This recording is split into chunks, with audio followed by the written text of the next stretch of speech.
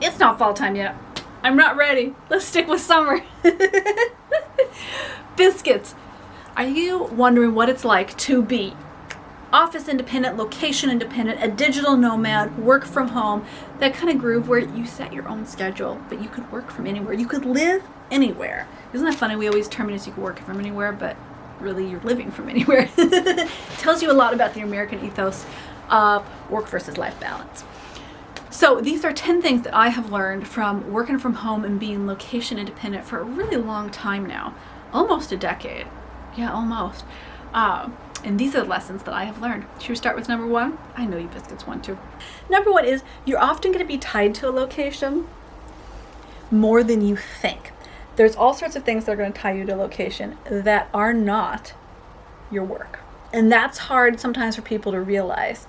I've certainly realized it in my own life is, yeah, I could work from anywhere in the States, but I have family here where I live, and I have my kids' lives are here, so it's trickier to be location independent truly if you've set down roots already. Maybe you've been working an office job, or maybe you're living where you're from, or you've just lived here for a long time wherever you're at.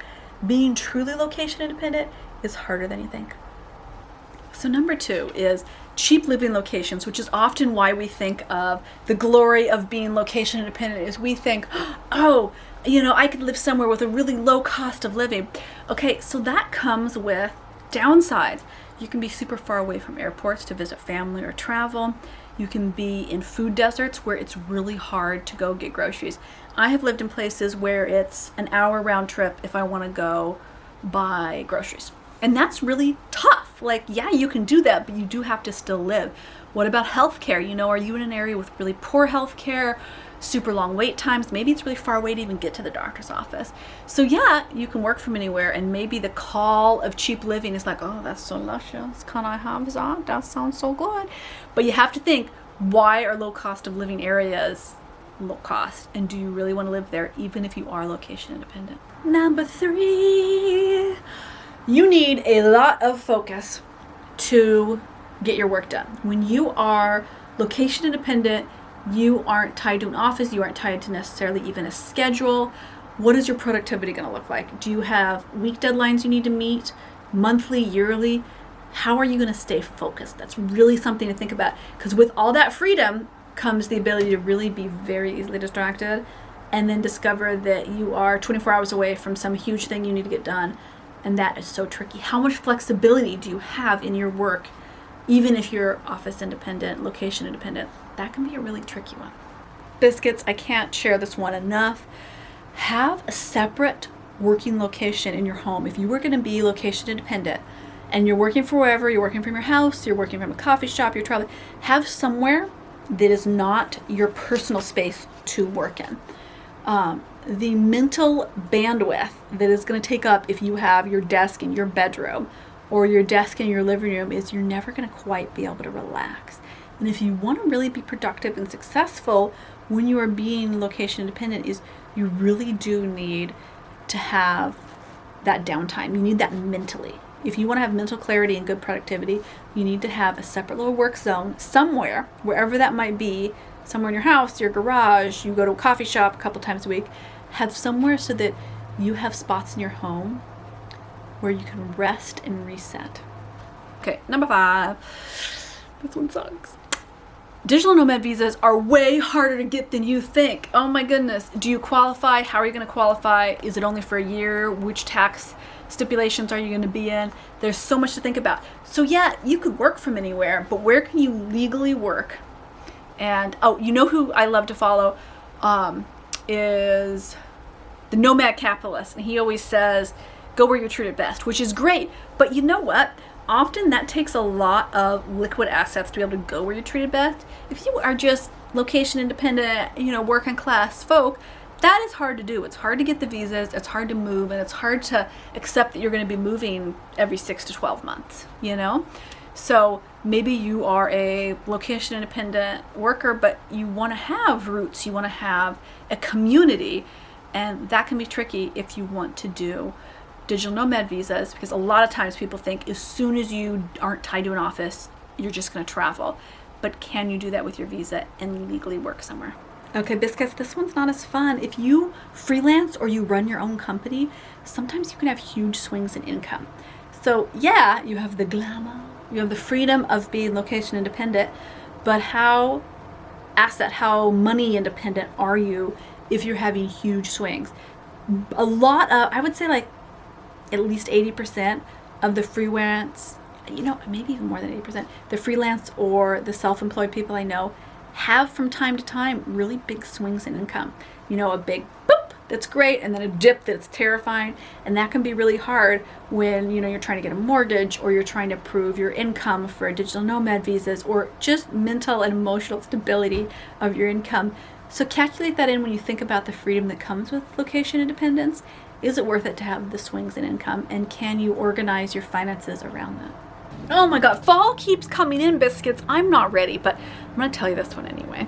The people in your life and in your outer circle are going to be confused by your independence. If you are location independent, you can work from anywhere, you can live from anywhere, and folks that are used to the 9-to-5, that are used to a W-2, they're going to be a little confused by it. And it means they won't necessarily be supportive, and it means they won't necessarily give you good advice. So even people that have been really successful in their lives, if they aren't on the same path as yours, that can be really tricky to take advice from or to get just even emotional support from. When you're doing something off the beaten path and being location independent, it's not for everybody. Okay, biscuits, too autumn. It's summer, come on. Oh my God, thank God. Whew. Fall's trying to creep up on my biscuits and I won't take it. Alrighty, so what about this one? And this is true. If you're location independent, it can be hard to build community. You aren't meeting friends at work. You aren't socializing with your colleagues or your bosses or your clients. You are just off doing your own thing. So how good are you building community around yourself, and how much do you need that community? Can you build secondary community that's not business-based? Or is your business, your work, your job going to falter because you aren't building that community because you're location independent? Number 9, just because you're location independent doesn't mean that you have all the free time. I think people hear location independence or work from home or work from anywhere, and they think, oh, you must have all this free time. Sometimes it means you're working 60-hour weeks, but just from where you want to be working. So is that for you? Does that work? Or do you want to try to schedule a life where you're working less hours, but you're hyper productive during those hours? It's a tricky one. Okay, this is the hard one for my fellow millennials. Location independence doesn't necessarily mean that you're traveling all the time. It's not the same thing as being a digital nomad. And you could be a digital nomad and have to come back to your office occasionally, or you could be totally 100% location independent and be traveling all the time with your work, coming along with you.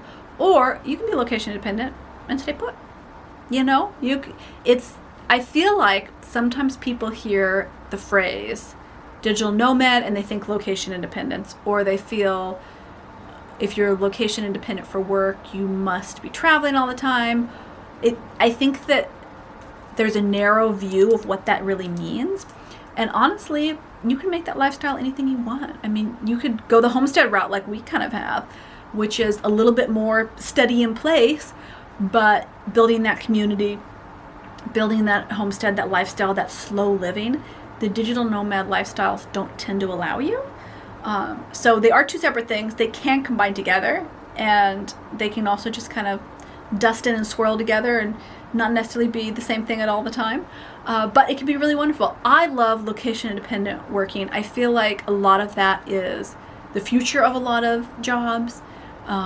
I think it gives you a lot of flexibility and creativity for how you want to be productive. What do you want to be making with your time? What do you want to be sharing and creating? So I'm a big fan. I love location independence. It works for my quirky little noggin, but it doesn't work for everybody. And I hope that these 10 things I have learned over the last decade help you decide if it's a good vibe for you.